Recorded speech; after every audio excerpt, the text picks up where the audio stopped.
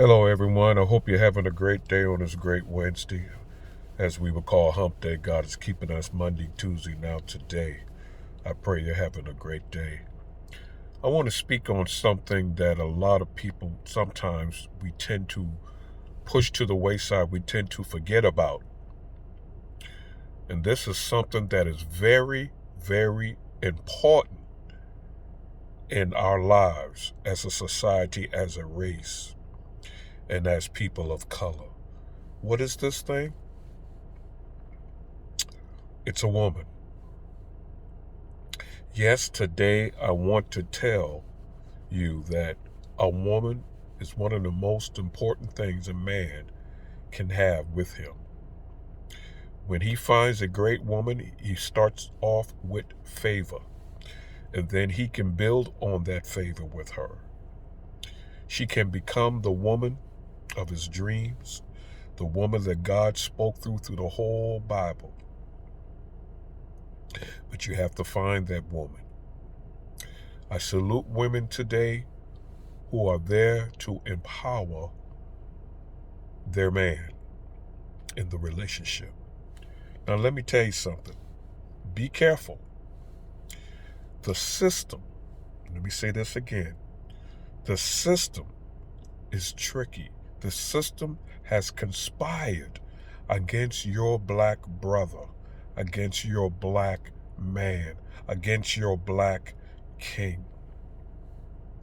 What did they do? They wanted you to feel as though you needed to be empowered just like the man. They wanted you to feel as though he can work, I can work. He can make money, I can make money. He wanted you to think that you needed rights as well. So what did they do? They planted all these things in the system to get the women to feel as though the system, the government, is their baby daddy. The government wants you to feel as though they are the father. They have the DNA that says, we own you. We are your father. Your child belonged to us. That's why they came up with all this different stuff in the government to keep you entangled. See, they don't want you to be free and empower your man.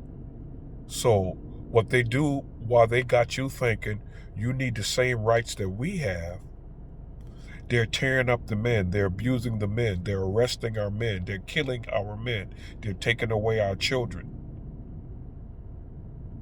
which makes you get out there and have to do what he's supposed to do as a man.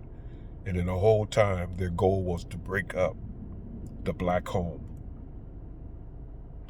For some, we didn't get it till it was too late.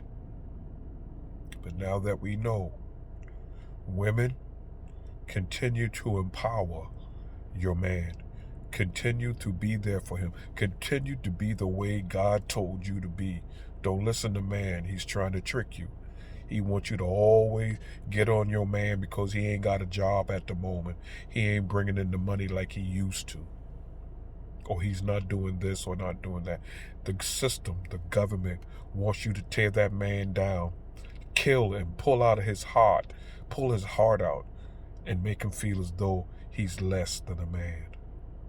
Don't do it.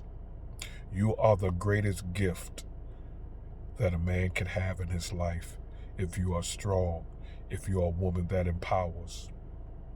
I salute you today, but I also remind you, don't be ignorant of Satan's devices. Love that man. Empower him to do better. Empower him and help him find a job if he's lost his job. Empower him and help him find his hope if he's lost hope. Empower him to find his joy if he's lost his joy. But don't do it the way the government wants you to do it. A house divided against itself cannot stand. It will never stand. And the government wants to break up our family. He doesn't want that man and that woman being together, raising children. You could see it. Just look around you. Half of our in our race, half of our households are single parents now. Why? Because they snatched the man away from us, locked him up, kept him away from his child. And now you as a woman is playing the role of a man. And that's not the order of God, and he knows it. The devil knows it. With the man out the way, there's no order. And you gotta have order. God said it. Do all things decent and in order. You shouldn't be making decisions that a man make. He should be coming to you for advice and to hear your point on a matter. But the last word is on the man. And if he's not around, if he's locked up, if he's shot dead and gone, and now you're making decisions that you're not sure whether it's going to work or not. And then you take your son, and he ain't no more than maybe 12, and you trying to tell him he the man of the house. He ain't no man of no house. You got him trying to be a man of a house, trying to be your husband, trying to be Abraham, trying to be a provider. He 12 years old, and he watching his other two younger siblings.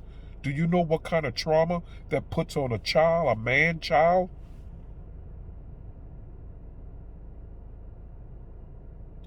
Do you know what kind of trauma that puts on a man child where all you want to say is, I don't need no man. I don't need no man in my life, and you treating this child of yours, this man child, like he your husband. That's trauma on a child. That's not the order of God.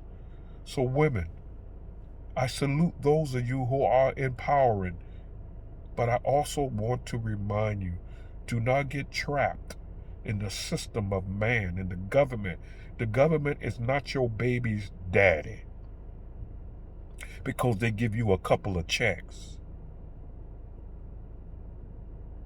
Hallelujah. I don't know who this is for today, but it's for somebody. Empower women. We salute you today. Help that man be that man he needs to be.